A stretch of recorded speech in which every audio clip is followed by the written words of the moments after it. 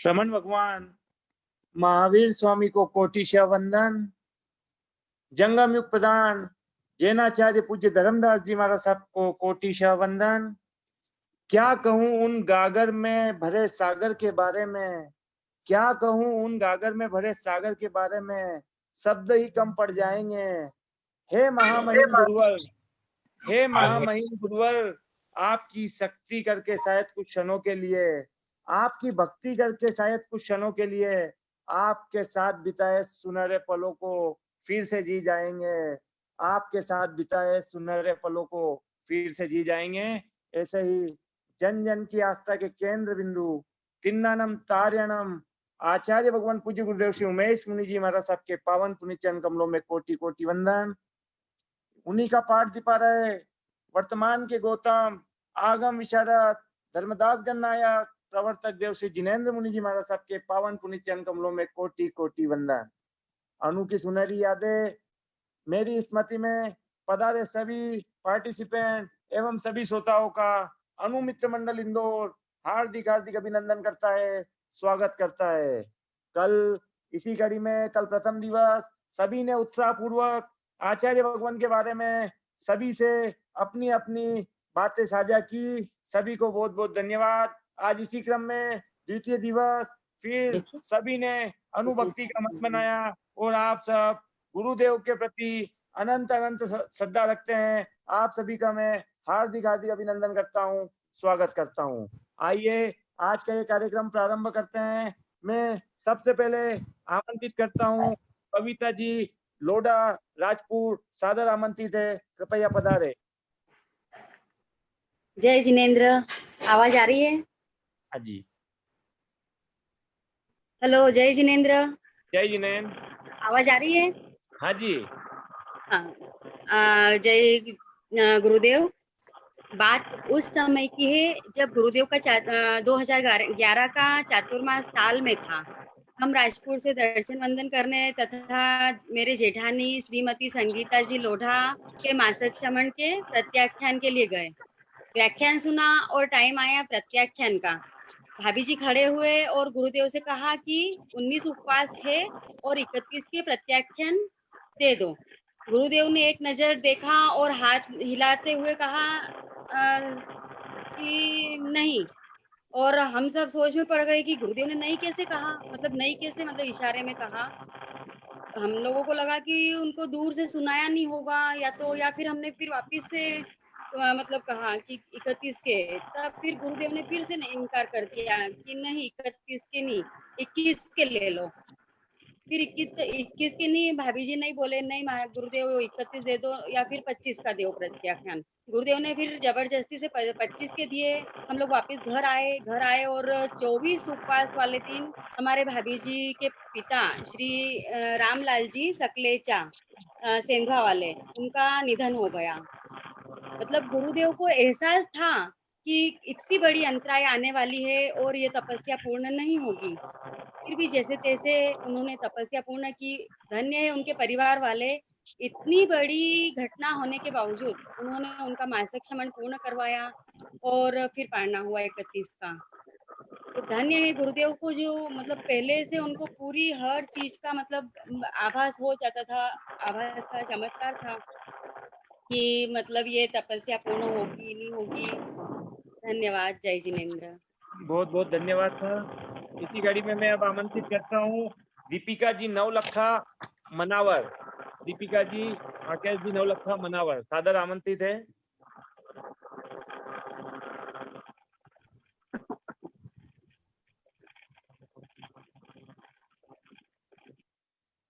आवाज आ रही है सर दीपिका जी?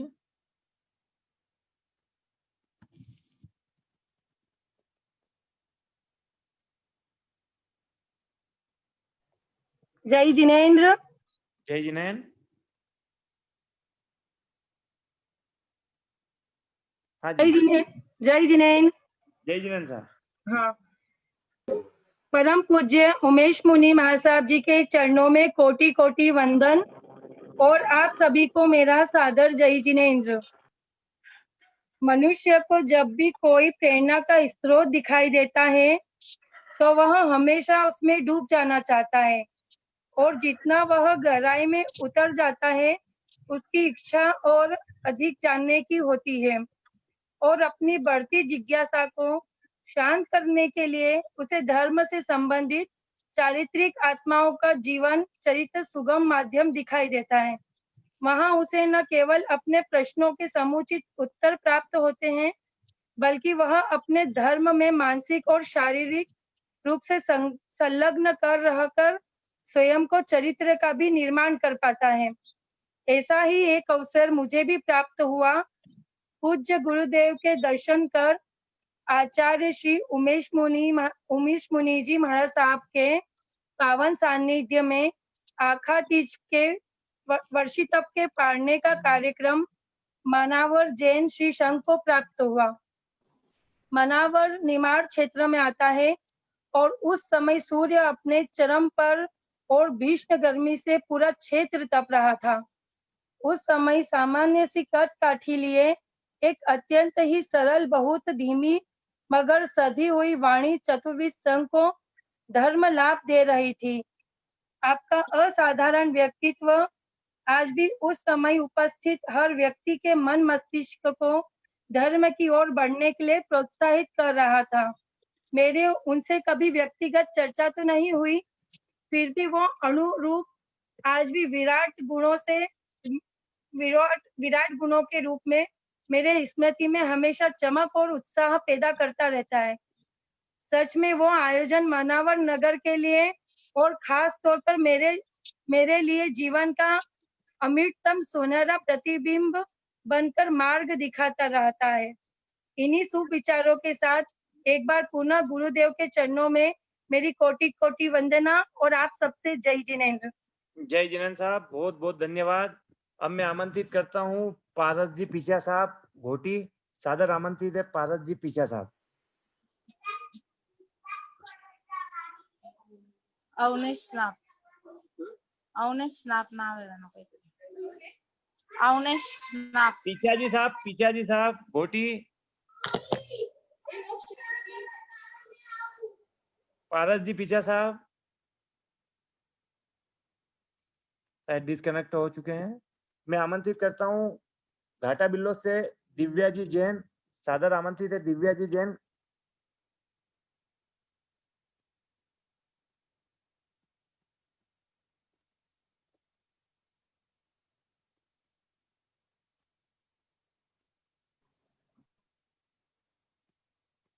हेलो,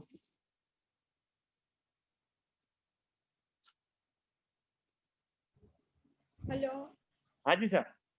जय जिनेंद्र साहब। जय जिनेंद्र। आत्म शुद्धि साधना ही बस एक जिनका काम है, सम्मान में अपमान में जिनका ना कोई ध्यान है, जिनको सदा अपने नियमों का ध्यान आठो याम है, ऐसे अणु जिनके चरणों में मेरे अनेकों प्रणाम है। ये बात ताल की है। जब गुरुदेव का चातुर्मास ताल में था, तब गुरुदेव की दिन की वाचनी खत्म हो चुकी थी। हम सब गुरुदेव के समक्ष ही बैठे थे। तब मैंने देखा, जब मैं 11 साल की थी, तब मैंने देखा कि गुरुदेव से सब अपने अपने प्रश्न लिख के गुरुदेव को दे रहे हैं और अपनी जिज्ञासा का समाधान पा रहे हैं। मैं भी छोटी थी, मेरे मन में भी ऐसी जिज्ञासा उठी कि क्यों ना मैं भी आचार्य भगवान से अपना कोई प्रश्न पूछूं। ये तो इतने बड़े आचार्य भगवान थे और सबको इतने प्यार से जवाब देते हैं, तो जरूर मेरी भी जिज्ञासा का समाधान करेंगे। तो मैंने आचार्य भगवान को ऐसे लिख के दिया कि गुरुदेव, मैं एग्जाम के पहले सब कुछ याद करती हूँ। एग्जाम आती है और हॉल में जाती हूँ, एग्जाम हॉल में, और मैं पेपर देखकर सब घबरा जाती हूँ, मैं डर जाती हूँ और मैं भूल जाती हूँ। तब गुरुदेव ने 2 मिनट तक तो देखा कि ये प्रश्न किसने पूछा। फिर मैंने आगे गई गुरुदेव के और गुरुदेव से कहा कि गुरुदेव, ये प्रश्न मैंने पूछा। तो गुरुदेव ने मुझे मुस्कुराते हुए जवाब दिया कि कोई अगर अपने को गाली दे तो अपने को याद रहेगा कि नहीं। तो मैंने बोला, गुरुदेव वो तो बराबर से याद रहेगा कि उसने मेरे को ऐसी गाली दी, तो अब मैं तो इसको बताऊंगी ऐसे। तो गुरुदेव ने बोला कि जो चीज हम हमेशा मन लगाकर याद करते हैं, वो चीज कभी नहीं भूलते हैं। इसलिए जब भी, आज तक भी अगर मुझे कुछ चीज याद नहीं होती या मैं भूल जाती हूँ, तब मुझे गुरुदेव का याद आता है कि गुरुदेव ने फरमाया कि जो चीज हम मन से याद करते हैं वो कभी नहीं भूलते हैं। जय जिनेंद्र। बहुत बहुत धन्यवाद साहब। मैं आमंत्रित करता हूँ पूर्णिमा जी घोटी से।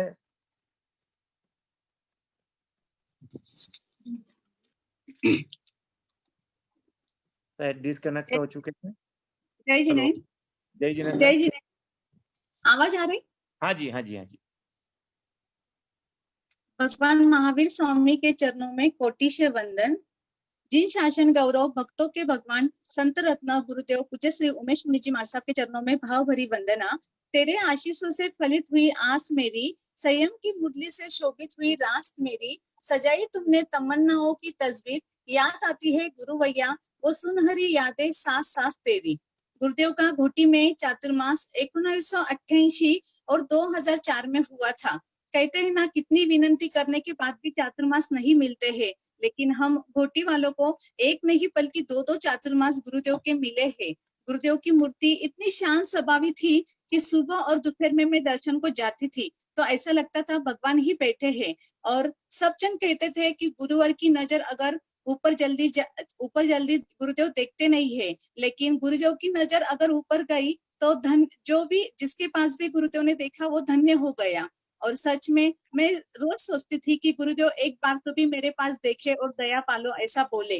तो मैं एक दिन दर्शन को गई तो सच में गुरुदेव ने ऊपर देखा और दया पालो ऐसा बोला, तो सच में मैं धन्य हो गई और ऐसा लगता था कि भगवान ही बोल रहे हैं। तो कहते हैं ना, उमेश भगवान है।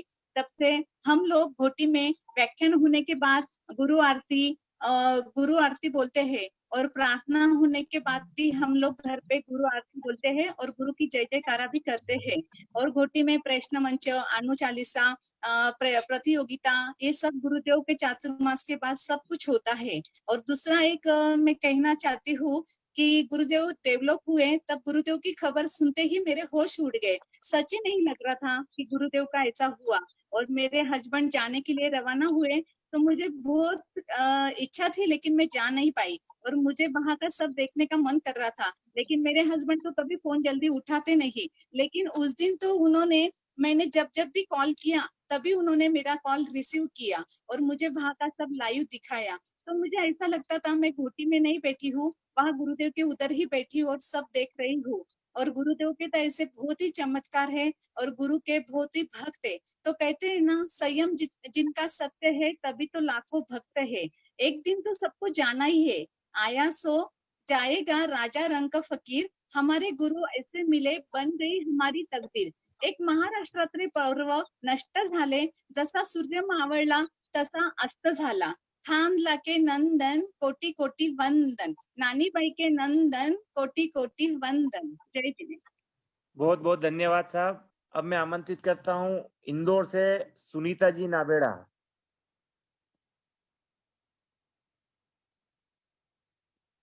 सुनीता जी नाबेड़ा साहब।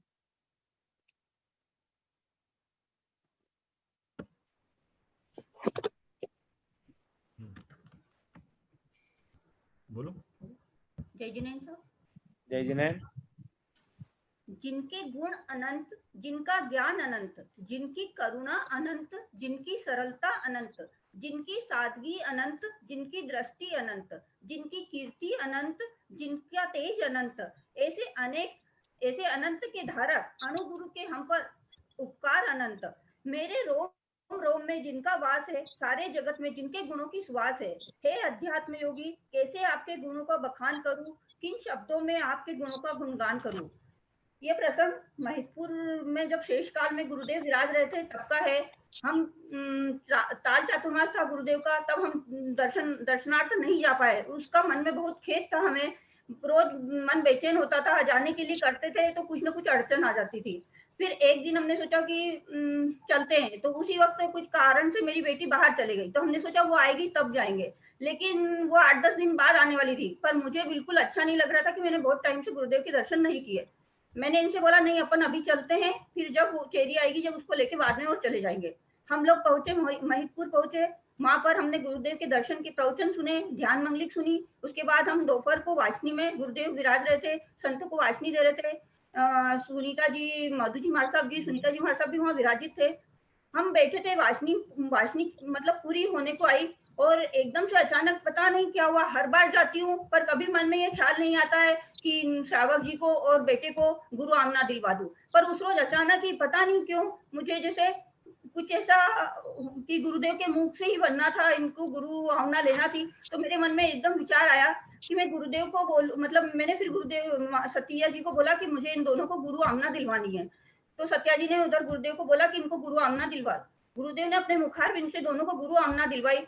उसके बाद फिर मैंने सुनीता जी महाराज साहब को पट्टी पे कुछ मेरे पचकान, जो आजीवन पचकान मुझे करना थे, वो मैंने मेरा मन हुआ कि मैं और कुछ पचकान भी ग्रहण करूं। तो मैंने वो भी सुनीता जी महाराज साहब को बताया कि मुझे ये प्रत्याख्यान आजीवन के लिए ग्रहण करना है। सुनीता जी महाराज साहब ने वो पचकान पट्टी पर लिखकर गुरुदेव को दिखाए। गुरुदेव ने मेरी ओर इनकी ओर दृष्टि डाली, फिर पचकान करवाए। जो गुरुदेव से हमने आगार सहित पचकान लिए थे जीवन भर के, पर गुरुदेव की कृपा से वो पूर्ण रूपेण से बिना आगारों के अच्छी तरह से फल रहे हैं। तो ऐसे और वो पचकान मेरे जीवन की अमूल्य धरोहर है और गुरुदेव के ऐसे अनंत उपकार है जिनका मैं गुण नहीं बोल नहीं सकती हूँ। मालूम है तो उसने मालूम। शब्द निशब्द हो जाते हैं, शब्द निशब्द हो जाते हैं, आंखों से अविरल अश्रुधारा बहती है, आंखों से अविरल अश्रुधारा बहती है। जब बात मेरे परम कृपालु अणु भगवान की होती है, जब बात मेरे परम कृपालु अणु भगवान की होती है। जय श्री हिंद, जय उमेश, जय महादेव। बहुत बहुत धन्यवाद सुनीता जी, बिल्कुल सही कहा। बाहरों में साथ देने वाले छोड़ गए हमें वीरानी में, लेकिन हम भुला ना पाएंगे उन्हें हमारी जिंदगानी में, लेकिन उन्हें भुला ना पाएंगे हमारी जिंदगानी में। अब मैं अगले पार्टिसिपेंट को आमंत्रित करता हूँ, देवाजी कर्नावट लिमड़ी।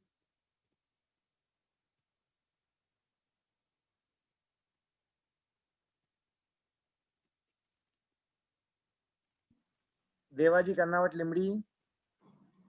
जय जिनेन्द्र। जय जिनेन्द्र। भगवान महावीर स्वामी के चरणों में कोटि से वंदन। आचार्य पूज्य श्री उमेश मुनि जी महाराज साहब के चरणों में कोटि से वंदन।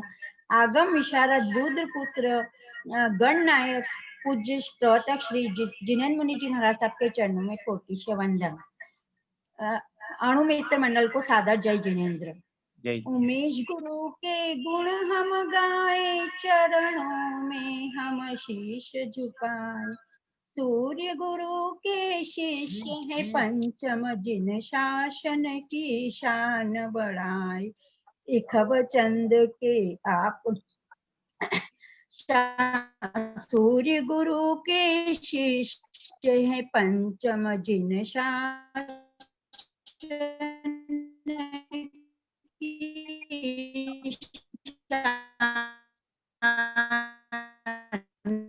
बढ़ाए। पूज्य गुरु 2007 की यादराष्ट्र में विचरण कर रहे थे, तब की याद यह बात है। गुरुदेव कोपर गांव में विराजमान थे। हमारा परिवार पूरा बेटी जमाई के साथ दर्शन करने गए।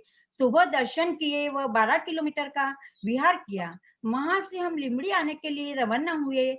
रात को हमको शारदा रुकना था। रास्ते में हम सोनगुरी फाटा के पर रुके। वहां पर होटल में ड्राइवर को चाय पीने के लिए शारदा के लिए रवाना हुए। जब गाड़ी में हम बैठ रहे थे, उसी समय मेरा पर्स गाड़ी से नीचे गिर गया।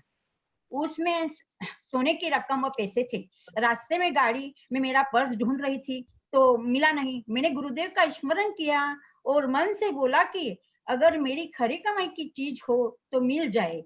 हमारे रवाना होने के बाद जहां पर्स गिरा हुआ था तो एक ट्रक का ड्राइवर उठा रहा था। तभी होटल वाले ने देखा कि यह पर्स गुजरात की गाड़ी में से गिरा। उसने ड्राइवर को कहा कि यह गुजरात की गाड़ी का वाले का पर्स है, मैं ये पर्स मुझे दे दो, मैं पहुंचा दूंगा। उस पर्स को गाड़ी ड्राइवर ने दे दिया। वो उसको 500 रुपए दिए। उस पर्स को खोलने के बाद देखा कि उसमें रकम और पैसे और अंदर थे। उसमें मेरे भतीजे का विपुल कर्नावट का मोबाइल नंबर था। उसने उनको फोन करके बताया कि मेरे पास पर्स गिरा, यह पर्स आपका नंबर है, यदि उस पर्स में आपका नंबर है, यदि आपके कोई रिश्तेदार हो तो मेरा यह नंबर उन्हें दे देना और पर्स मेरे पास है। भतीजे को मालूम था कि ये लोग गुरुदेव के दर्शन हेतु गए, वह शारदा रुकने वाले थे। जैसे ही हमारी गाड़ी शारदा भैया के ससुराल रुकी, तभी विपुल भैया का फोन मेरे बेटे विकास पर आया कि आंटी जी का पर्स गिर गया क्या। मैंने मेरे बेटे को इनसे बोला नहीं था कि मेरा पर्स गिर गया। तभी मैंने विकास को बोला कि हाँ गिर गया। फिर भैया ने बोला कि वह पर्स होटल वाले के पास है, और वहां से लेकर फिर सुबह सुबह पर्स 25 किलोमीटर करीब दूर पे लेने गए, और मेरी सारी चीजें पर्स में व्यवस्थित थी। उसी समय मुझे लगा कि यह गुरुदेव का चमत्कार है। वह अपनी ऐसे गुरुदेव को सशत वंदन, अभिनंदन है। जय उमेश, जय जिनेंद्र, जय जिनेंद्र। ऐसे अणु मित्र मंडल सदा ही यह प्रोग्राम करते रहे तो सभी को उत्साह बढ़े। बहुत बहुत धन्यवाद जय साहब। जिनेंद्र। जय जिनेंद्र, बहुत बहुत धन्यवाद। अब मैं आमंत्रित करता हूं युवा संगठन के कार्य अध्यक्ष श्री मनीष जी काठेड़ साहब को, सादर आमंत्रित है।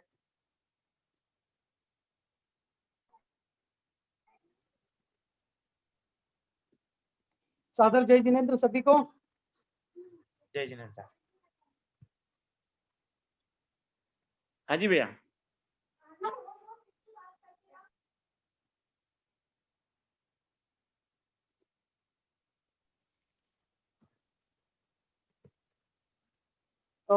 सुमित भाई आवाज आ रही है? हाँ जी भैया। एक मिनट, मेरे इधर से कुछ इंटरप्शन हो रहा है, बराबर सुन नहीं पा रहा हूँ मैं। आप नेटवर्क इशू है शायद।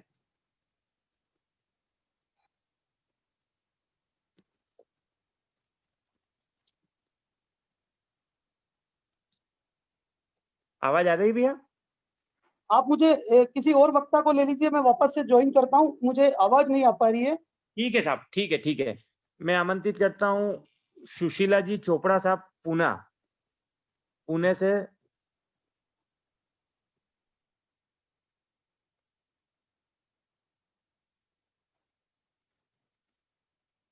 सुशीला जी चोपड़ा, पुणे, सादर आमंत्रित है। जय जिनेंद्र। जय जिनेंद्र साहब। जय जिनेंद्र, जय गुरु उमेशाचार्य। दिख रहे नहीं बराबर। वीडियो ऑन करे साहब। ऋषिका वीडियो भी ऑन हो जाएगा। हाँ जी साहब, फरमाइए। जय जिनेंद्र। जय जिनेंद्र, मैं सुशीला चोपड़ा बोल रही हूँ। जी साहब। जय गुरु उमेश, जय गुरु आनंद। जय पूज्य गुरुदेव जी महाराज साहब के बारे में बोलने का मेरा पहला ही मौका है। वैसे गुरुदेव तो संत नहीं भगवान ही थे मेरे लिए, तो इस युग के प्रत्यक्ष भगवान। उनका गुणानुवाद हम जैसे लोग क्या करें। वे गुणों के भंडार, समता के सागर, सादगी के तो बखान ही करना मुश्किल है। ऐसे महान संत सानिध्य मिलना यह मेरा तथा मेरे पूरे परिवार का सौभाग्य है। मैं एक बार संजय दर्शन को गई थी। मैं दर्शन करके हम बैठे थे, मैं कुर्सी पर बैठी थी कमर के दर्द के मारे, और क्या तो और प्रतिक्रमण के बारे में हमारी चर्चा चल रही थी। तो गुरुदेव बोले प्रतिक्रमण तो करना है तो उठ बैठ के और विधि से करो तो तुम्हारा दर्द ही चले जाएगा। सच में क्या बोले। उसके बाद मैं ताल दर्शनार्थ गई थी चातुर्मास में। साथ में मेरी बहन और बहनोई भी थे। उन्होंने बोला कि बैठे वाचनी के टाइम में बैठे थे, और तब गुरुदेव उठने लगे तो मेरे गौर साहब बोले कि दीदी को बोले, दीदी को एक दशवैकलिक सूत्र का एक गाथा आपके मुख से मुखारविंद से बोलने लगा। बोले तो जल्दी पाठ कर लेगी। सच में गुरुदेव ने मुझे पाठ दिया और आशीर्वाद का हाथ दिया। मैं आज तक को भूल नहीं पाती हूँ। क्या बोले उनके गुणगान। एक तो सही मेरे जीवन पर का प्रसंग है। जबकि मैं पाचोरा गुरुदेव की होली चातुर्मास के टाइम में गई थी। चातुर्मास में मैं दर्शनार्थ ही गई थी, और तब मेरी तबियत भी जरा ठीक नहीं थी। खुजली और पित्ती के वजह से मैं 6 महीने से बीमारी थी। रोज मैं 3 गोलियां सेट्राज़ेन की प्रोगो की खाती थी, पर फिर भी कोई फर्क ही नहीं पड़ रहा था। डॉक्टर भी सब परेशान और आयुर्वेदिक घर की सब दवा करके चुकी, पर कोई फर्क ही नहीं पड़ रहा था। पर वहां गई और मेरे सासू जी बोलने लगे, माता जी बोले कि तुम अभी पियर वहां पर ही है, पास में ही है, आज जाके करो, पर तुम वहीं रुको, साथ मंगलिक लो मारो सबकी। अब अरे सच में क्या जादू जादू हुआ, प्रयोग है, क्या मालूम, पता नहीं। पर जब से मैंने वो मंगलिक ली और आज तक मुझे पित्ती की तकलीफ नहीं और इस खुजली की भी तकलीफ नहीं, और मैं एकदम स्वस्थ हूँ, व्यवस्थित हूँ। जय गुरु। लगातार 7 दिन तक मैंने वो मंगलिक ली, बाई के कहने से गुरुदेव की मंगलिक लेके मैं तो सच में इतनी अच्छी हो गई कि क्या बताऊं आपको। ये प्रसंग तो मेरा कभी भूलने वाला नहीं है। सच में कहते हैं, नहीं होते संत सुसंत महात्मा, दुर्गति से कैसे बचती है आत्मा। जय। बहुत बहुत धन्यवाद साहब। अब मैं आमंत्रित करता हूँ जी साहब, जय जिनेंद्र, जय जिनेंद्र। मैं आमंत्रित करता हूँ युवा संगठन के कार्याध्यक्ष श्री मनीष जी काठेड़ साहब को, सादर आमंत्रित है।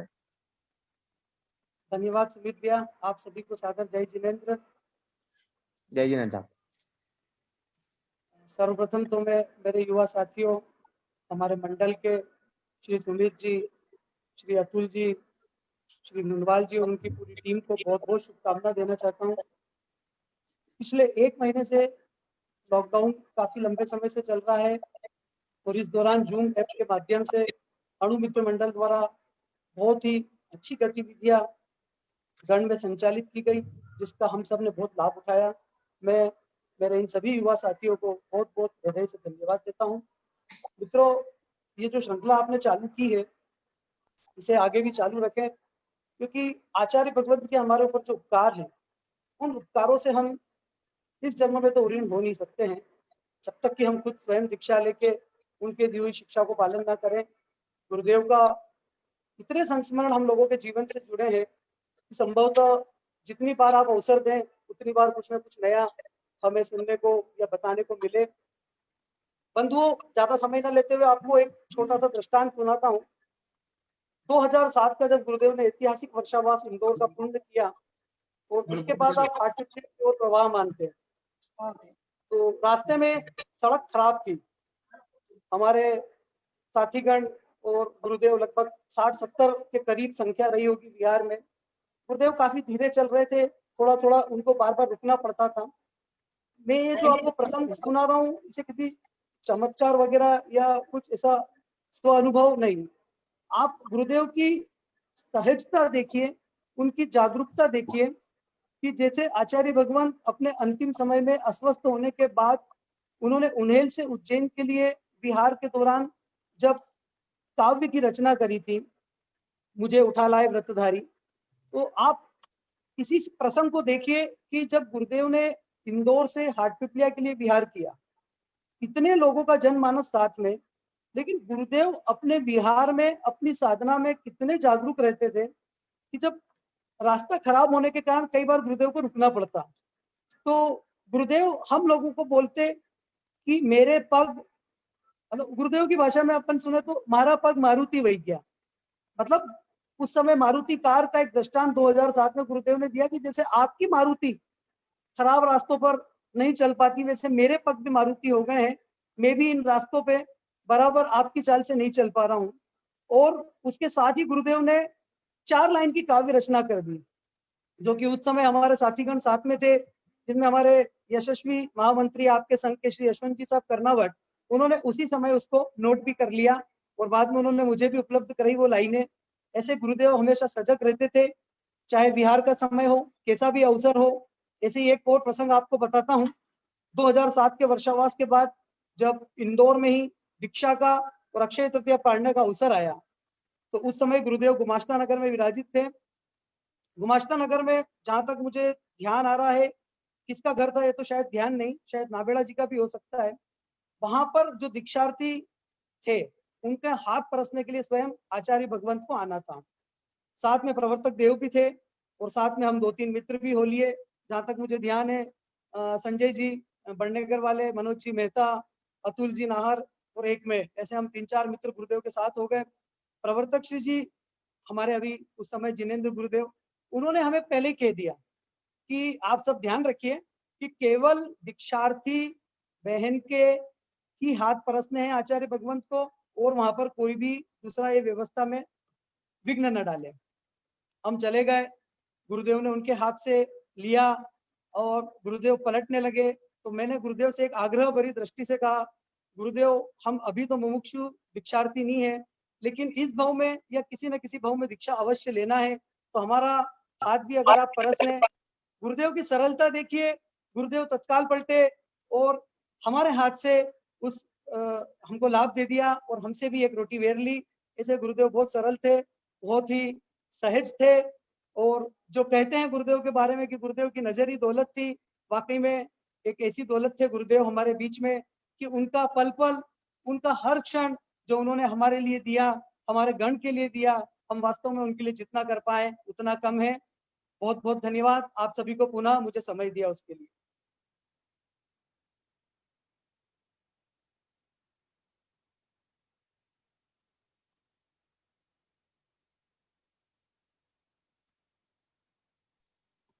जय जिनेन्द्र, आवाज आ रही है? आपके सानिध्य में बिताया हर पल, आपके सानिध्य में बिताया हर पल अनुपम संस्मरण बन गया। हे आचार्य भगवान, आपको पाकर मेरा जीवन सफल बन गया, आपको पाकर मेरा जीवन सफल बन गया। बात उस समय की है जब पूज्य गिरीश मुनि जी महाराज साहब का दीक्षा प्रसंग आया था रतलाम में, और हम सभी बालिका मंडल वाले सुबह नौकारसी से लेकर लगभग ध्यान मंगलिक तक वहीं पर रहते थे। नौकारसी प्रवचन के बाद में भोजन व्यवस्था और उसके बाद ध्यान मंगलिक होने के बाद घर जाते थे। लगभग रोज का ऐसा ही रूटीन बन गया था।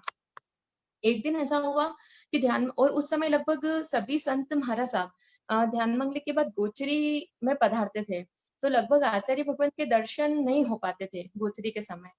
तो एक दिन ऐसा ही हुआ कि ध्यान मंगलिक के बाद में हम लोग घर जाने के लिए आए, और जहां पर मैंने अपनी स्कूटी रखी थी, वो स्कूटी की जगह पर आकर देखा तो स्कूटी गायब हो गई।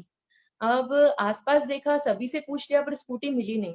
अब मन में अंदर ही अंदर एक डर बैठ गया कि पता नहीं स्कूटी कहाँ चली गई है, और घर पे जाकर क्या जवाब दूंगी, मम्मी पापा क्या बोलेंगे, स्कूटी घूम गई है। बहुत घबराहट हो रही थी, बहुत डर लग रहा था। तभी अंदर ही अंदर जय गुरु में चल रहा था, और अचानक से मैंने और मेरी फ्रेंड ने देखा कि आचार्य भगवान सामने से आए, और उन्होंने एकदम आशीर्वाद की मुद्रा में हाथ बढ़ाया, हाथ उठाया। मतलब हम सोच नहीं सकते थे कि इस समय आचार्य भगवान बाहर आएंगे, या वो शायद उनकी गोचरी का समय था, और अचानक ही ये सब हुआ, और आचार्य भगवान आशीर्वाद देते हुए वापस अंदर चले गए। और मन में एक विश्वास हो गया कि अब स्कूटी शायद मिल जाएगी। वापस से स्कूटी जहाँ रखी हुई थी हम लोग वहीं गए, तो थोड़ी देर बाद देखा कि नवयुवक मंडल के ही एक भैया स्कूटी लेके चले गए थे। उनकी और मेरी स्कूटी लगभग सेम थी, और शायद चाबी भी लग गई थी, तो वो मेरी स्कूटी उठा के ले गए। और आधे रास्ते में उनको ध्यान आया कि ये स्कूटी मेरी नहीं, मैं किसी और की लेके आ गया हूँ। और वापस वो आए और उन्होंने बोला कि मैं गलती से स्कूटी ले गया था। मतलब ये उनका प्रत्यक्ष चमत्कार देखकर हम लोगों का मतलब श्रद्धा से गुरुदेव के प्रति बहुत भर गया, मस्तक नतमस्तक हो गया। ऐसा ही एक प्रसंग कोद का है कि जब आचार्य भगवान कोद में विराजित थे, कोद में मेरा मामा घर है, तो मैंने भी सोचा कि चलो आचार्य भगवान का सानिध्य लेते हैं। तो कोद में हम 3-4 फ्रेंड्स आचार्य भगवान के पास में लगभग सुबह आज्ञा में और दिन में भी चले जाते थे। उस समय धर्म का इतना नॉलेज नहीं था, तो दिन में जब आचार्य भगवान के पास जाते तो क्वेश्चन पूछते, अपने मन में जो भी मतलब क्वेश्चन होते थे वो सारे पूछते। ऐसे करते करते हमने लगभग 120 से 30 क्वेश्चन आचार्य भगवान से पूछे। कुछ कुछ प्रश्न तो ऐसे भी होते थे जिनका कोई मतलब जनरल नॉलेज के, जो सभी को जिनका आंसर पता होता था, पर पता नहीं हम आचार्य भगवान से पूछते और वो भी इतनी सरलता से जवाब दे देते थे कि लगता ही नहीं था कि ये आचार्य इतनी बड़ी पदवी पर विराजित है। इतनी सरलता उनके अंदर दिखाई देती थी। ऐसे ही एक दिन जब हम दिन में आचार्य भगवान का सानिध्य लेने के लिए गए, तो देखा आचार्य भगवान कुछ बिजी थे। वो कुछ लेखन का कार्य कर रहे थे और बहुत सारे पन्ने और फाइल उनके पास में रखी हुई थी। वो कभी लिखते, कभी कुछ पेज उलटते पलटते, फाइल में से पेपर निकालते। ऐसा करते करते बहुत देर हो गई और हम लोग एकटक आचार्य भगवान को देख रहे थे। उनको देखना इतना अच्छा लग रहा था कि बस आचार्य भगवान को ही देखे जाए। तभी आचार्य भगवान की नजरें हम लोगों पर पड़ी और आचार्य भगवान एकदम हंसने लग गए और बोले कि बावरो वेग्यो है उमेश मुनि। तो मतलब इतने मजाक के अंदाज में आचार्य भगवान बोले कि हमको हंसी आ गई, और हमको हंसता हुआ देखकर आचार्य भगवान भी जोर जोर से हंसने लग गए। और आचार्य भगवान बोले हमेशा हंसते रहना चाहिए, हमेशा हंसते रहना चाहिए। मतलब उसके बाद जब हम घर आए तो मन में इतनी प्रसन्नता कि पहली बार आचार्य भगवान का ऐसा रूप देखा, इतनी सरलता देखी। आज उनकी वजह से धर्मों में इतना आगे बढ़ने का मौका मिला। शायद कभी धर्म करने का मन नहीं होता था, पर आचार्य भगवान को देख-देख कर ही आज धर्म करने का मन होता है। ऐसी उनकी कृपा हमेशा मेरे जीवन में बनी रहे। जय जिनेंद्र।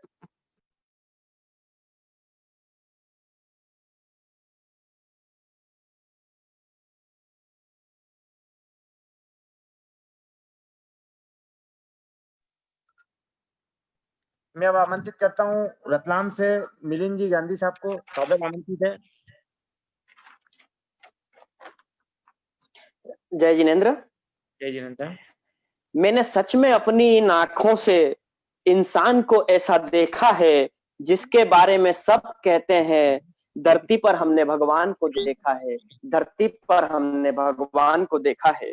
मैं अपने आप को बड़ा ही सौभाग्यशाली मानता हूँ कि ऐसे आचार्य भगवान के दर्शन वंदन प्रत्यक्ष रूप से मैंने किए हैं और आज मुझे अणुमित्र मंडल इंदौर के माध्यम से उनके गुणों की गुणगान करने का मौका मिल रहा है। एक चिड़िया समुंदर में जाकर अपनी चोंच में कितना पानी भर सकती है? बहुत थोड़ा सा। वैसे ही गुरुदेव के गुण अपार हैं और मेरी जिह्वा उनके गुणों को बखान करने के लिए बहुत छोटी सी है, फिर भी मैं कोशिश करता हूं कि पावन चरण पखारूं, ऐसे कर कहां से लाऊं, गुरुवर के गुण गाऊं, ऐसे स्वर कहां से लाऊं। बंधुओं, पूज्य श्री उमेशाचार्य के गुण गाना कोई सरल या आम बात नहीं है। गागर में सागर भर देने वाले सूर्य को दीपक दिखाने के समान उनके गुणों की व्याख्या करना है। लेकिन जब जब गुरुदेव का नाम आता है, अनेकों संस्मरण हमारे दिल में उभर आते हैं। जैसा कि हम सभी जानते हैं, अणुमित्र मंडल ने यह प्रोग्राम पहले 1 दिवस का किया था, परंतु इस ऐतिहासिक रूप लेते हुए इस कार्यक्रम ने दूसरे दिन भी लोगों की डिमांड बढ़ी कि हम भी अपने संस्मरण लोगों को देखते हुए याद आए और बोलने लगे कि हमें भी अपने संस्मरण बोलने हैं। तो वो उन्होंने टाइम मांगा अणुमित्र मंडल से और अणुमित्र मंडल की भी बहुत कृतज्ञता है सब पर कि उन्होंने ये मौका सभी को प्रोवाइड करवाया। गुरुदेव जो थे वो हम सभी जानते हैं कि एक चीज जो उनके नजर में आई है या जो भी उनसे संपर्क में आया है, ऐसा कोई व्यक्ति नहीं होगा कि उस व्यक्तित्व को देखकर उसने एक गुण अपने नहीं लिया होगा या उसका नतमस्तक नहीं होगा। मैं धन्य मानता हूं अपने आप को, पूरा गांधी परिवार ही धन्य है जिस प्रकार से माता पिता के उपकार होते हैं। मेरे ऊपर भी गुरुदेव के इतने अनंत उपकार हैं कि अगर मैं अपने जीवन के ये कहूं कि अगर मैं अपनी पूरी शरीर की खाल उतार के भी गुरुदेव को नतमस्तक हो जाऊं तो भी गुरुदेव के उपकार कभी नहीं उतार पाऊंगा। ऐसे कई संस्मरण हैं। कल पूज्य पिताजी ने भी आपको कुछ संस्मरण बताए थे, उनका दूसरी लाइफ में आना और ये सब बातें कल हो चुकी थी। मैं एक बात बताता हूँ कि गुरुदेव जब हमारे घर से दीक्षा होना, सर्वप्रथम तो हमारे घर से दीक्षा होना ये अपने आप में एक बड़ा चमत्कार। एक ऐसा परिवार जो कभी धर्म में नहीं मानता था या धर्म को मानता था लेकिन कभी स्थानक जाना, स्थानक की पेड़ी चढ़ना सिर्फ पर्युषण के दिनों में या संवत्सरी के दिनों में। संसारी अवस्था में गिरीश मुनि जी और मैं पर्युषण में सिर्फ संवत्सरी के दिन स्थानक जाते हैं, उसमें भी पीछे खेलते थे। ये हमारी उस समय की दुर्भाग्यता थी। परंतु एक पुण्यवाणी का उदय हुआ, गुरुदेव की नजर पड़ी। पूज्य पुण्यशिला जी महाराज साहब का वर्ष 2007 का चातुर्मास रतलाम में हुआ और कुछ ऐसी पुण्यवाणी का उदय हुआ कि गिरीश मुनि जी को लगन लगी और वो धर्म की ओर बढ़े। उस समय घर में ऐसा किसी ने सोचा भी नहीं था कि दीक्षा लेगा ऐसा लड़का जो पूरी विलासिता के साथ अपना जीवन जीता है, एक ऐसा लड़का जो कभी जमीकंद के बिना नहीं रह पाता है, एक ऐसा लड़का जो 2 टाइम नहाता है, एक ऐसा लड़का जो बिना मोबाइल के रह नहीं पाता है। कोई नया मोबाइल अगर आता है तो वो इंदौर जाता है, उस लॉन्चिंग के दिन उस मोबाइल को लेता है और वो लड़का कभी दीक्षा लेगा और इस तरीके से संयम को पालेगा, हमने कभी सोचा नहीं था।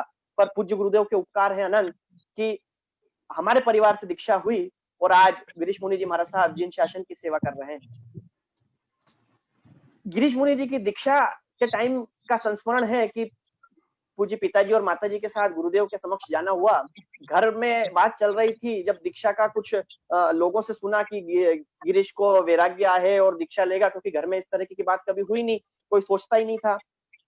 जब लोगों से बात समझ में आई, पूछा करा तो बात हुई और उन्होंने बड़ी दृढ़ता के साथ अपने वैराग्य को घर पे बताया।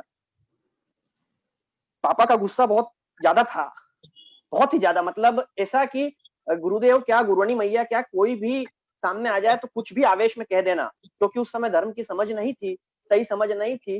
तो एक ऐसा कि गुरुदेव हो चाहे प्रवर्तक देव हो उस समय, या गुरुवाणी मैया हो, दीक्षा की कोई बात भी करता था तो पापा आवेश में आके कुछ का कुछ कहते थे, और दीक्षा तो नहीं देना है, अभी नहीं देना है, शादी होगी, ये होगा।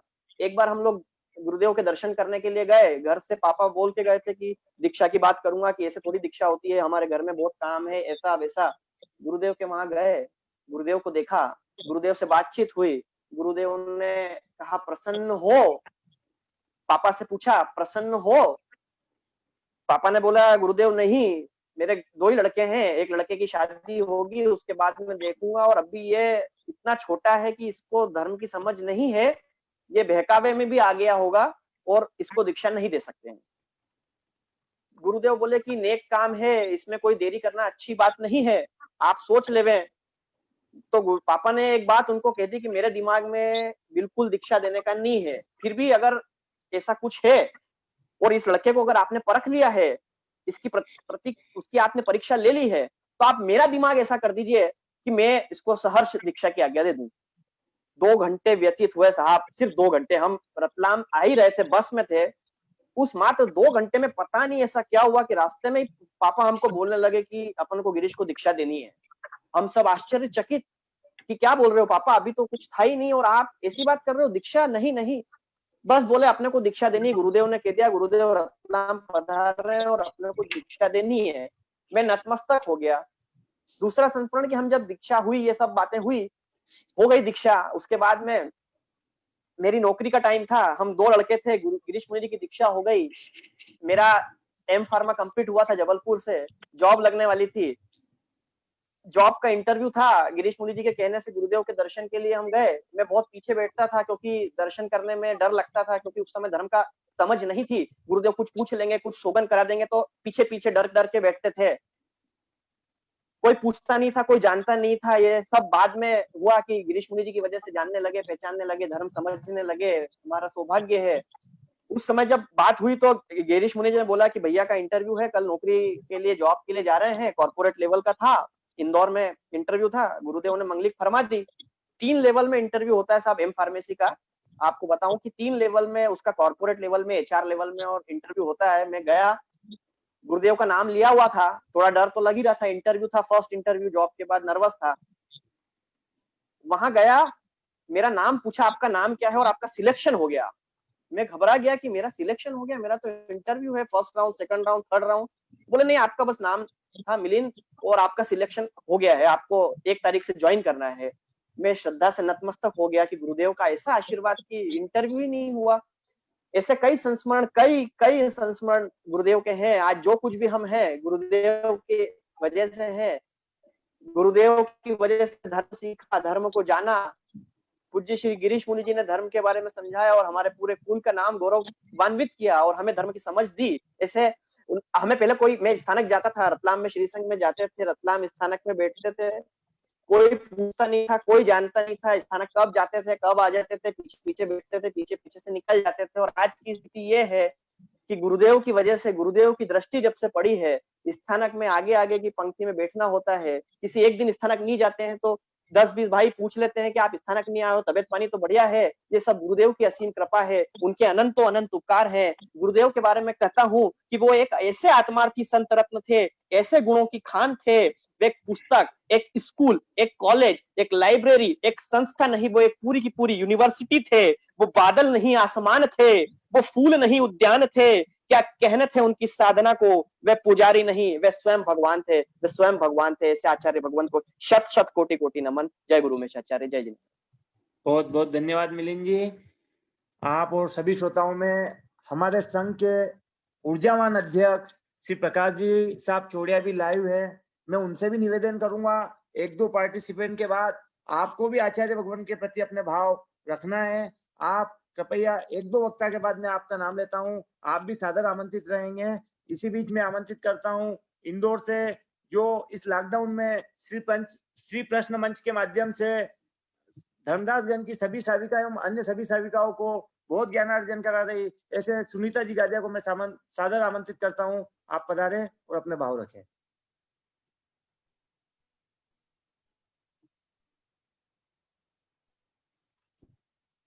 सुनीता जी गादिया साहब।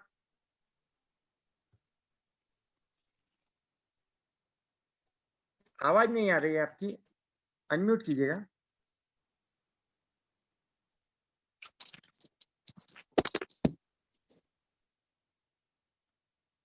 हाँ जी,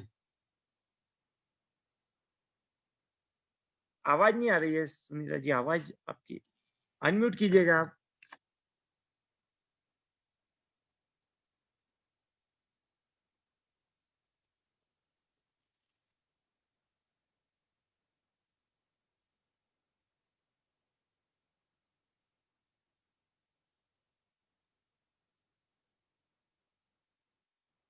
हाँ हाँ जी, हाँ जी।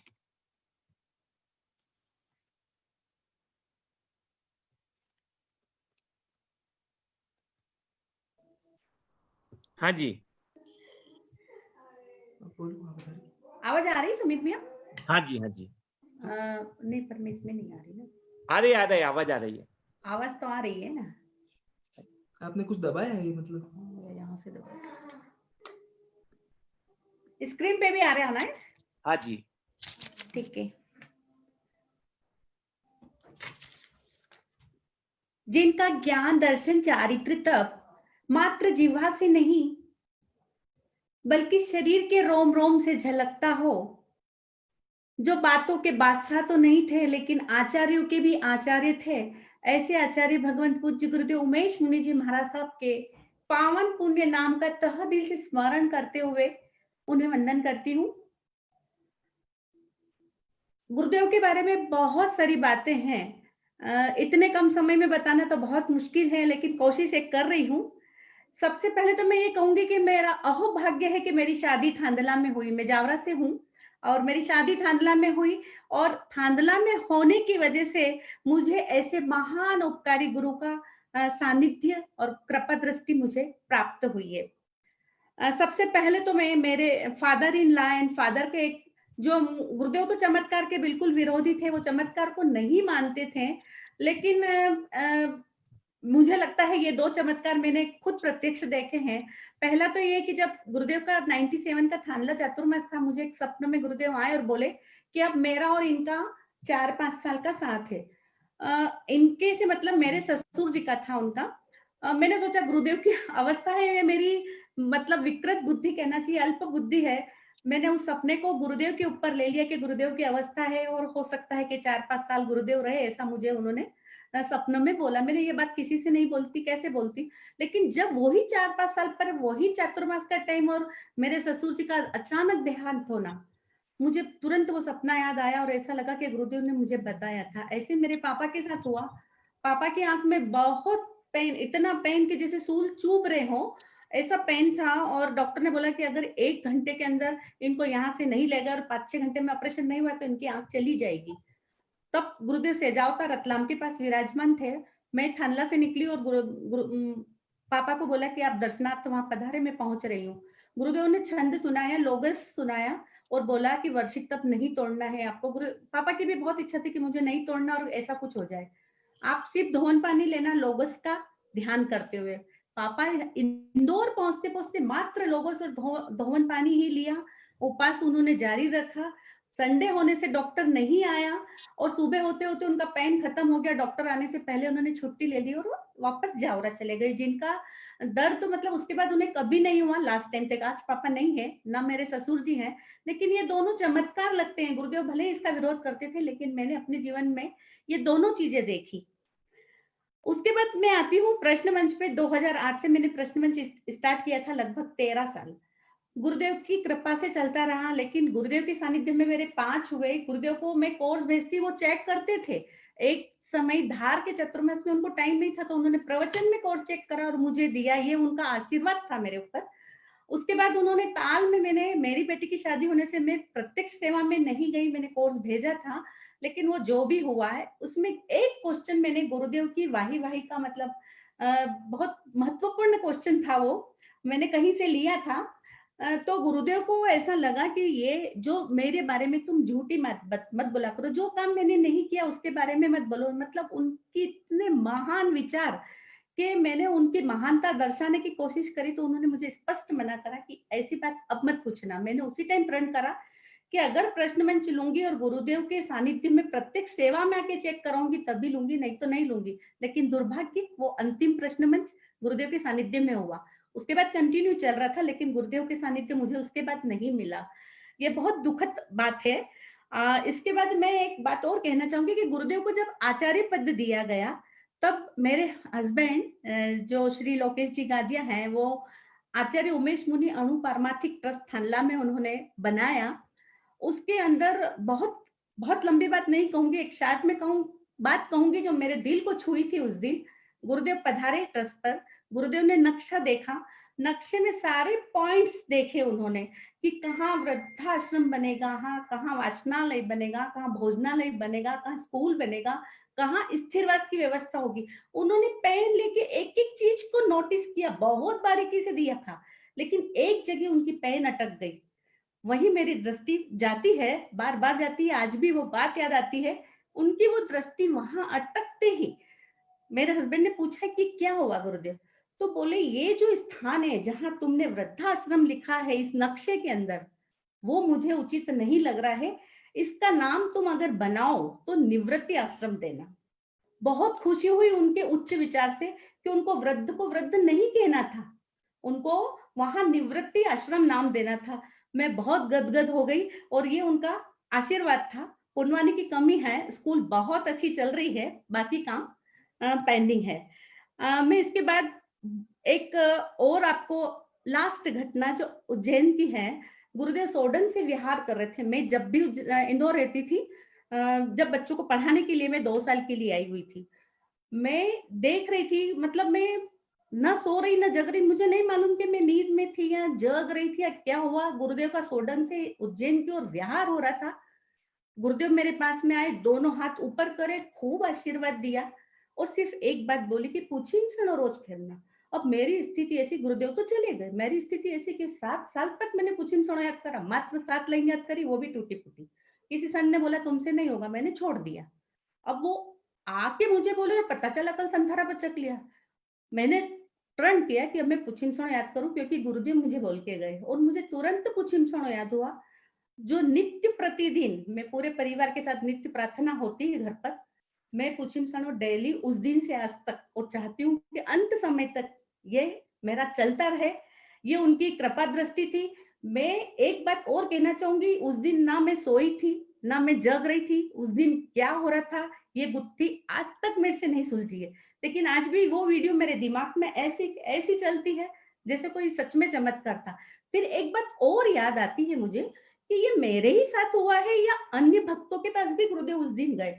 वो पालकी में थे, सबकी नजर में थे। मैंने मेरे देवर को फोन करा, वो विहार में उस दिन साथ में थे, कुछ मैं भी चल रहा हूँ साथ में, और मैं देख रही कि गुरुदेव वहां पालकी में है, यहाँ मेरे पास आए। और सुबह का समय, मतलब दिन में जब वो विहार हो रहा था उस समय का मैं, तो निश्चित वो बहुत सारे भक्तों के पास उस दिन गए होंगे, आशीर्वाद स्वरूप गए होंगे। ये आशीर्वाद उस दिन से लगा के आज तक मेरे परिवार पर गुरुदेव का है। और हम चाहते हैं गुरुदेव सदैव हमारे साथ रहे, पूरे परिवार के साथ रहे, पूरे संघ के साथ रहे, और पूरी मेरे चंदना श्राविका संगठन जो गुरुदेव की कृपा से प्रश्न मंच के माध्यम से मेरे पे जो आशीर्वाद बरसा रहे हैं, ऐसा बरसते रहे। बहुत बहुत धन्यवाद सुमित जी, आपने बहुत अच्छा प्रोग्राम करा, मुझे समय दिया। हो सकता है मैं आपके समय से ज्यादा बोल गई हूँ, लेकिन बातें इतनी है कि अगर सिर्फ पॉइंट लू ना तब भी आपका समय पूरा नहीं कर सकती, तो पॉइंट छोड़ देती हूँ। मुख्य बातें जो वो थी मैंने आपसे शेयर की है। और बिल्कुल गुरुदेव के कृपा आप पे, हम पे, सब पे इसी प्रकार बनी रहे। बहुत बहुत धन्यवाद।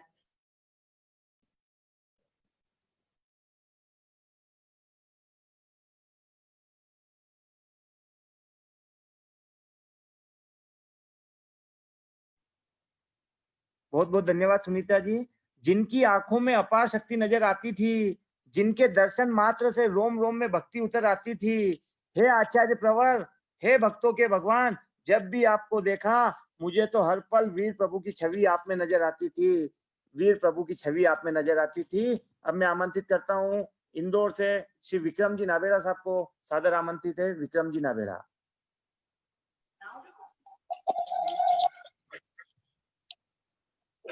हेलो, जय जिनेंद्र साहब। जय जिनेंद्र साहब, आवाज आ रही? हाँ जी। जय महावीर, जय गुरु उमेश, सभी को सादर जय जिनेंद्र। सबसे पहले मैं अणुमित्र मंडल इंदौर को धन्यवाद देना चाहूंगा कि उन्होंने गुरुदेव के प्रति अपने संस्मरण सुनाने का प्लेटफॉर्म दिया, नहीं तो हमारे संस्मरण मन के मन में ही रह जाते। मैं सुमित जी से विनती करता हूं कि मेरे छोटे छोटे 2 प्रसंग है, 2.5 मिनट में पूरे हो जाएंगे, प्लीज म्यूट मत करना। पहला प्रसंग, जब गुमास्ता इंदौर कसेरा स्कूल में दीक्षा और आखादीश पढ़ने होना थे, गुरुदेव के ठहरने के लिए स्थान की चर्चा चल रही थी। हमारा भी मकान बन गया था, कुछ ही काम बाकी था, ठहरने लायक था। हमारी भावना थी गुरुदेव को अनुकूल लगे तो हमारे मकान पर विराजे, मगर मेरा गुरुदेव से परिचय न के बराबर था। मैंने अपनी भावना प्रबुद्ध जनों को बताई, लेकिन उन्होंने मना कर दिया कि अनुकूल नहीं है। हमने सोचा कोई बात नहीं, हमारी पुनवानी कमजोर है। बोरवाल भवन में विराजित महासती कौशल्या जी महाराज साहब आदि थाना से विनती करी और वो हमारे मकान पर ठहर गए। गुरुदेव 2-3 दिन गुमास्ता नगर में विराजित थे। एक दिन शाम को मेरी धर्म पत्नी सुनीता महासती के दर्शन करने आई तो क्या देखती है, गुरुदेव हमारे मकान पर पधारे और कौशल्या जी महाराज साहब व दीक्षार्थी बहनों को मांगलिक श्रवण कराया। हमें तो ऐसा लगा कि गुरुदेव ने हमारी भावना को जान लिया। धन्य में, सच में वे अंतर्यामी थे। दूसरा प्रसंग है, मेरी धर्मपत्नी सुनीता जी को शुरू से ही गुरुदेव के प्रति अपार श्रद्धा है। मैं मेरी बेटा जब भी घर से निकलते तो हमेशा कहती कि गुरुदेव के फोटो के दर्शन करके निकला करो। एक दिन सुबह मुझे और मेरी बेटी को मेरी सिस्टर के साथ उदयपुर शादी में जाना था। जल्दी जल्दी में हम बिना दर्शन करके निकल गए। श्रीमती जी ने फोन पर कहा, गुरुदेव उज्जैन के आसपास कोई गांव में विराजित होंगे, आप हो सके तो दर्शन करके ही जाना। लेकिन मेरी सिस्टर मंदिर मार्गी है और उदयपुर भी जल्दी पहुंचना था, संभव नहीं दिख रहा था कि हम दर्शन कर सकेंगे। उज्जैन से हम 15-20 किलोमीटर चले ही होंगे कि 7-8 संत आते हुए दिखे।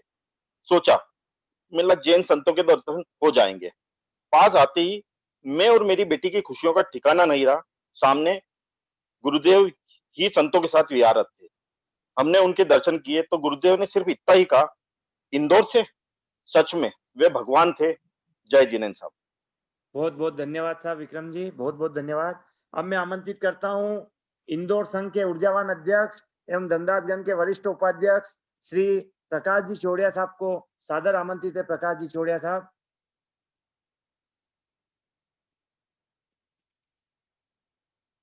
प्रकाश जी चौड़िया साहब, काका जी सादर आमंत्रित है।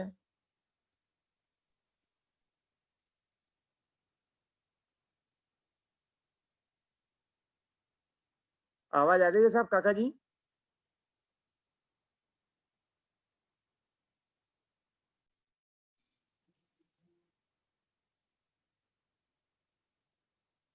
नेटवर्क इशू के कारण मैं अगले वक्ता को आमंत्रित करता हूं। अगले वक्ता के रूप में लिमड़ी से महेंद्र जी कर्नावट सादर आमंत्रित है।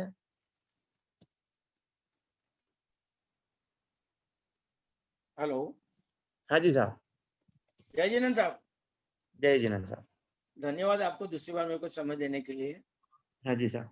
समय की ऐसी बात है कि गुरुदेव, सभी कहते हैं गुरुदेव इस चमत्कार को नहीं मानते थे, परंतु बात एक सी है कि वो जो साक्षात होता है वो चमत्कार दिखाता है, दिखता है सबको। ऐसा ही प्रसंग मेरी बिटिया के यहाँ हुआ। जब गुरुदेव दाऊद चातुर्मास के लिए लिमड़ी दाऊद चातुर्मास था और उसके पूर्व लिमड़ी पधारे, तो मेरी बिटिया टीना की जेठानी का एक लड़की हुई। लड़की का जन्म हुआ और डॉक्टर ने उसको ऑक्सीजन लगा दिया। डॉक्टर ने कहा ये लड़की 1-2 दिन की मेहमान है। तो उसको पूछा क्या बात हुई, तो उन्होंने बोला कि इसकी जो हार्ट जो खून की नलियां जो आती है वो चेंज हो गई है, वो कुदरती। अब उसके या तो उसका ये कि इसको बेंगलोर के अंदर एक हॉस्पिटल ही है, वहाँ ऑपरेशन हो सकता है, उसके साथ कोई विकल्प नहीं। कुछ जानकारी लेने के बाद उनको मालूम पड़ा बेजी साहब को कि गुरुदेव लिमड़ी विराजमान है। तो मैंने तो बोला गुरुदेव से मंगलिक लेनी है। मैंने गुरुदेव के पास गया। उस समय 9:30 व्याख्यान का समय चल रहा था। मैं गुरुदेव के पास ऊपर गुरु लेने के लिए नीचे आने वाला था, मैं गुरुदेव के पास पूछा, मैंने कहा गुरुदेव सब बात बताई, मैंने कहा गुरुदेव ऐसा ऐसा हुआ है और शेखिया जी के यहाँ पर जो कल लड़की हुई है उसका ऐसा ऐसा हुआ और उनको बेंगलोर ले जाना है और आपके मंगलिक की आशा रखते हैं। तो गुरु के भाई मैं मंगलिक दूंगा, कौन सुनेगा? तो मैंने कहा गुरुदेव मेरे को आप मंगलिक सुना दीजिए। तो ठीक है, ले सुन ले, तू सुन ले चल। तो उन्होंने मेरे को मंगलिक सुनाई। सुनाने के बाद मैंने बेई साहब को बोला, साहब मैंने मंगलिक ले ली है। बोला हम प्लेन में बैठ रहे हैं और हम पहुंचेंगे वहाँ। तो ठीक है। और उसके बाद दोपहर को जब गुरुदेव बैठे थे हम लोग सभी गाँव वाले सब, तो गुरुदेव ने मन पूछो कि कई भाई उज्जैन वाला कई भाई, मैंने कहा वो बेंगलोर पहुंच गए हैं। तो गुरुदेव ने कहा ठीक है, कई ऑपरेशन की दो। मैंने मार साहब कल ऑपरेशन की संभावना है और मैंने सब बात बताई गुरुदेव की, गुरुदेव ऐसा ऐसा हो गया है। तो गुरुदेव की यह छोरी खर्चो करवा मांगे है, खर्चो होगा। तो दूसरे दिन बेई साहब का फोन आया कि बेई साहब कहाँ हो? मैंने कहा मैं स्थानक में हूँ, 9:45 बजे का समय था। मैंने कहा व्याख्यान चालू होने की तैयारी है। तो बोले अभी गुरुदेव से खाली इतना कह दो कि हम 10:30 बजे उसका ऑपरेशन होने वाला है और हम ऑपरेशन थिएटर में ले जा रहे हैं और डॉक्टर ने बोला है कि 99% उसकी शक्यता नहीं है कि ये बच्ची बच सकती है। 99%, 1% ऐसा कोई ऊपर से चमत्कार हो जाए तो ही ये बच्ची बच सकती है। मैं गुरुदेव के पास गया और गुरुदेव ने सब संतोष आप लोग व्याख्यान में चलो और मैं 10 मिनट में आऊंगा। और वो समझ लो किस्मत से कि 10 मिनट हमारे लिए तो क्यों। और गुरुदेव से मैंने सब बात करी। मैंने कहा गुरुदेव तो 10:30 बजे और डॉक्टर ने शायद मना कर दिया है कि कहीं नहीं, अब जो ऊपर वाला देखो, आपने कहीं कर सका, आपने तो इन्हें से कहीं कर ही नहीं सका। और मैंने कहा गुरुदेव आज आपको मंगली देनी है। वो ठीक है मैं मंगली दे दूं। उसके बाद मैंने कई मन कीजिए, गुरुदेव ने मंगली दी। मंगली देने बाद में ऐसा बोला, मैंने कहा मंगली गुरुदेव ने दे दी है, आप पहुंचो। उसका ऑपरेशन हुआ 11:30 पौने 12 बजे ऑपरेशन बाहर आ गए। ऑपरेशन सक्सेस हो गया। डॉक्टर ने कहा ये किसी ने चमत्कार किया है और ये ऑपरेशन सक्सेस हो गया। नली और डोले दोनों बदल दी गई है। अब बच्ची को कोई तकलीफ नहीं है, पर उसको ऑब्जर्वेशन में 1 महीना रखना पड़ेगा। जैसे गुरुदेव ध्यान मंगलिक दे के, हमारे यहाँ नियम था लिमड़ी में ध्यान मंगलिक बाद किसी को ऊपर नहीं ध्यान देते थे। कुछ गुरुदेव को काम था, गुरुदेव ने मेरे को बुलाया, मेरे को वापिस पूछा कई भाई ऑपरेशन हो गयो? तो मैंने कहा हाँ गुरुदेव ऑपरेशन हो गया है, गुरुदेव ऑपरेशन सक्सेस हो गया है और भाई खर्चो तो घणो होगा। मैं मास्टर अभी तक तो 7 लाख का डॉक्टर ने दिया था, 7 लाख पूरे हो चुके हैं। बस उस दिन के बाद और आज के बाद वो लड़की आज 12-13 साल की, मतलब दाऊद चातुर्मास के बाद समझ लो 12-13 साल की हो गई है। आज स्वस्थ है और गुरुदेव की कृपा से, मतलब ये बेई साहब ने तब से गुरुदेव के प्रति इतना लगाव हो चुका है कि बोले है तो भले कुछ ही लोग माने कि नहीं माने, वो अपने लिए भगवान है। जो अपन सब भगवान की जो प्रार्थना करते हैं, खाली उनके उमेश गुरु के गुण गाने से ही ये सब होता है। धन्यवाद। जय जिनेंद्र। बहुत बहुत धन्यवाद साहब। पिता रिखम्मा नानी है, दीक्षा ली भर जवानी है, 81 के उम्र में भी चुस्ती फुर्ती देख होती हैरानी है और मन के प्रश्नों के उत्तर प्रवचन में पाकर लगता है हे उमेश गुरुवर आप अंतर्यामी है, हे उमेश गुरुवर आप अंतर्यामी है। मैं आमंत्रित करता हूँ पारस जी पीछा साहब घोटी, सादर आमंत्रित है पारस जी पीछा साहब घोटी।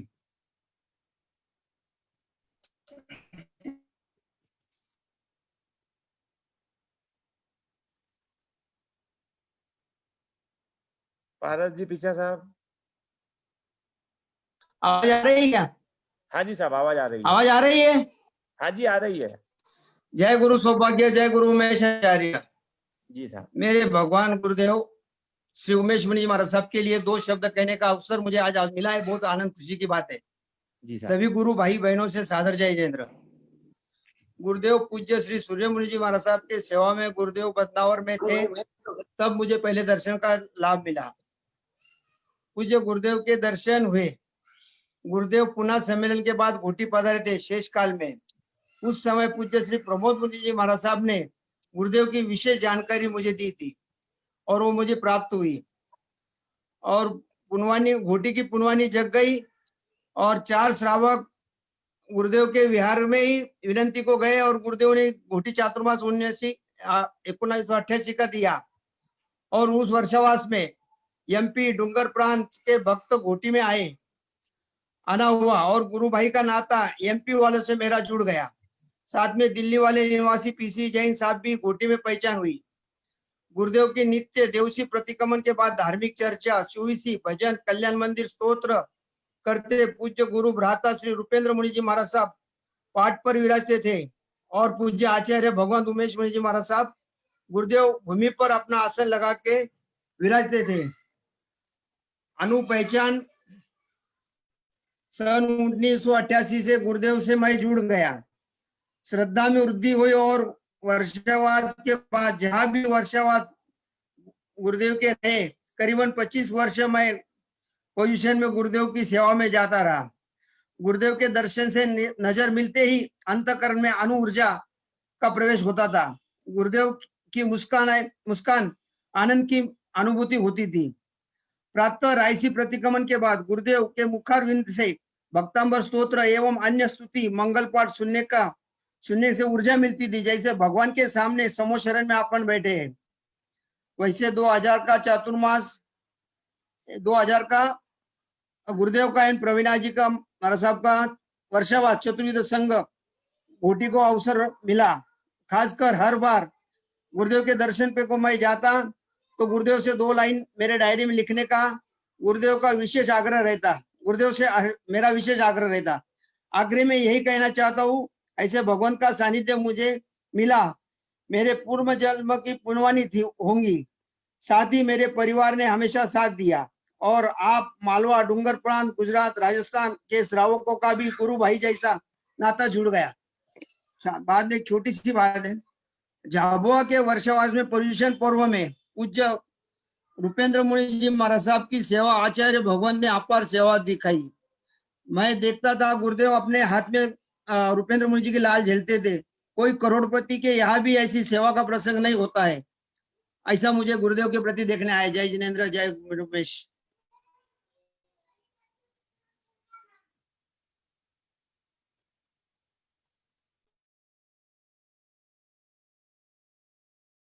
बहुत बहुत धन्यवाद पारस जी पीछा साहब घोटी को। अन्य किसी को भी गुरुदेव के प्रति अपने भाव व्यक्त करना है तो सादर आमंत्रित है। 10 बजे तक इस प्रोग्राम को हम अभी चलाने की उसमें है। कृपया निवेदन है, किसी को अपने भाव व्यक्त करना हो तो सादर आमंत्रित है।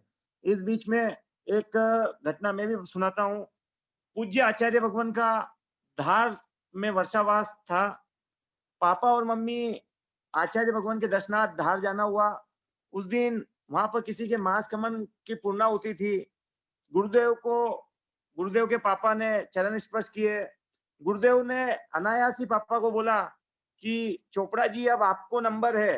तो पापा बोले गुरुदेव समझ में नहीं आयो, आप कहीं बोलना चाहिए। तो गुरुदेव ने कहा अब मास कमन करनू है आपने और जोड़ा से करनू है। ऐसे ही अगले वर्ष गुरुदेव का चातुर्मास ताल में हुआ और गुरुदेव का जो मुख से निकला हुआ, मेरे हिसाब से आज तक गुरुदेव ने जो बोला है वो आज तक खाली नहीं गया है। और आचार्य भगवान की ऐसी कृपा हुई कि पापा और मम्मी दोनों ने सजोड़े मास कमन की उग्र दीर्घ तपस्या की। ऐसे आचार्य भगवान आपके अनंत अनंत उपकार सभी श्रावक सेविका वर्ग में है। ऐसे आचार्य भगवान को आज हम शत शत नमन करते हैं, वंदन करते हैं। अब मैं आमंत्रित करता हूँ अतुल जी मुनत साहब, सादर आमंत्रित है। अतुल जी मुनत साहब अपने भाव व्यक्त रखे, मंडल की ओर से सादर आमंत्रित है। अतुल जी मुनत साहब।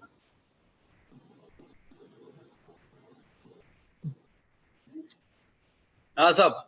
मिले हैं अणुगुरु। हाँ जी। सभी को जय जिनेन्द्र। मेरे सभी अणुमित्र मंडल के सभी साथियों को बहुत बहुत बधाई। और